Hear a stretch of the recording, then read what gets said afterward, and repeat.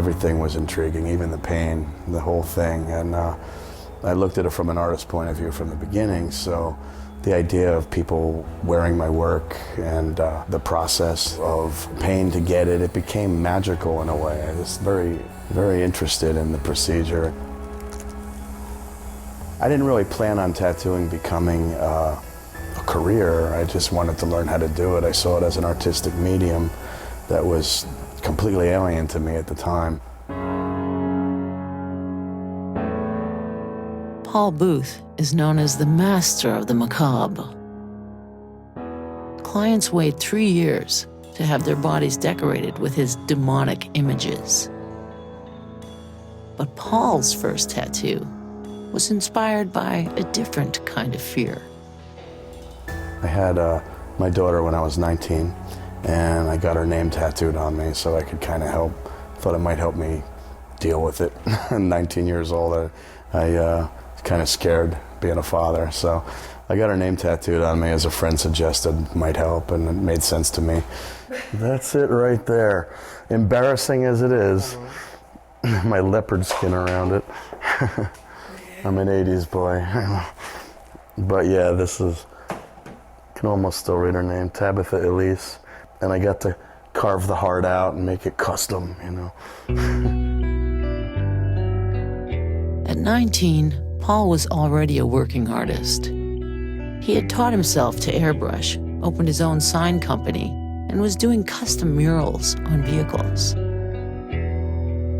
But it was getting that first tat in 1988 that ignited his passion. My tattooer, we ended up, I was bugging him for an apprenticeship because I really wanted to learn. So he told me, you know, $5,000 I'll teach you. So I borrowed some money from my mother and cashed in part of my grandmother's inheritance and, you know, scraped together pennies, whatever I could, got the money together and learned, you know, mopped the floors and made the needles and mixed the inks, and very traditional old school tattoo apprenticeship. So I come from a street shop originally.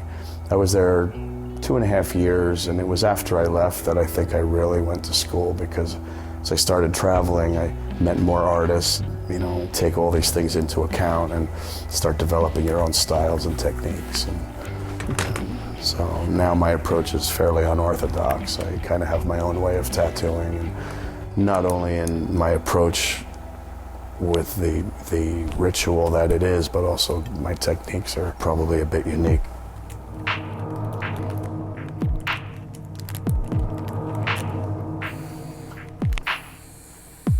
Ready for the fun?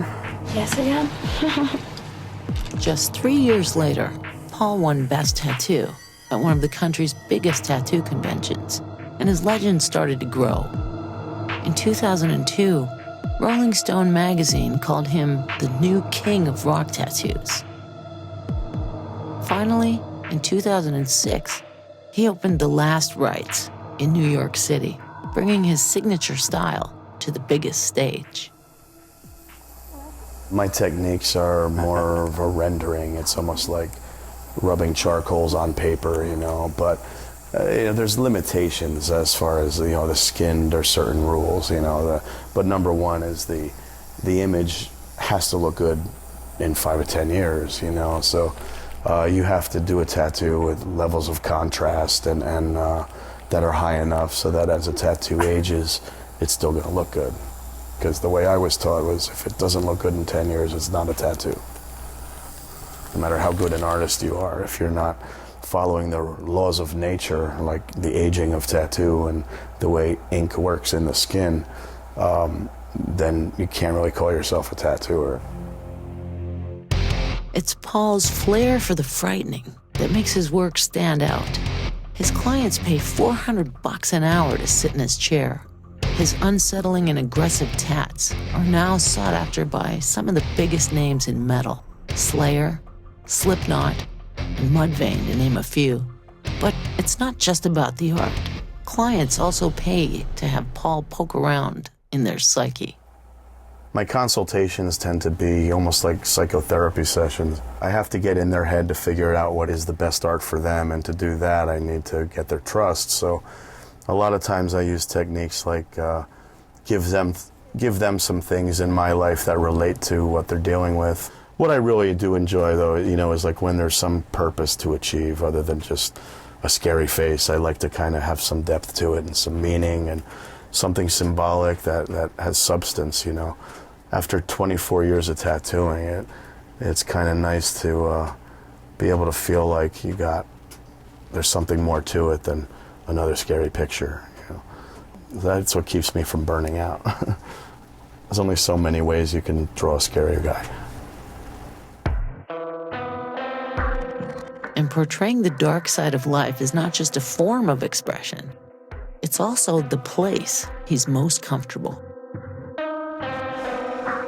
I've been dark for as long as I can remember, early memories, like 3 years old.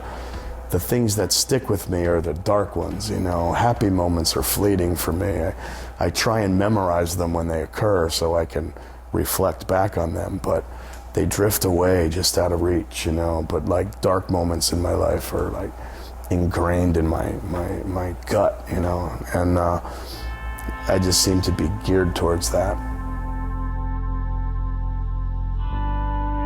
And by visually defining those disturbing places, he's also finding his way to help them heal.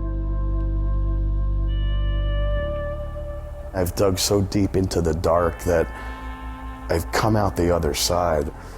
I think the thing about tattooing is that it kind of works like an exorcism in a way, if you are looking for such a thing, It puts a face on your demons, I suppose, where, at least with the way I approach it, so that you can deal with things, reach some closure because it becomes tangible now. The image that's in your skin is a part of you. Rather than it being an anchor that stays with you, it's more of a vent hole that helps you reach a degree of closure with things.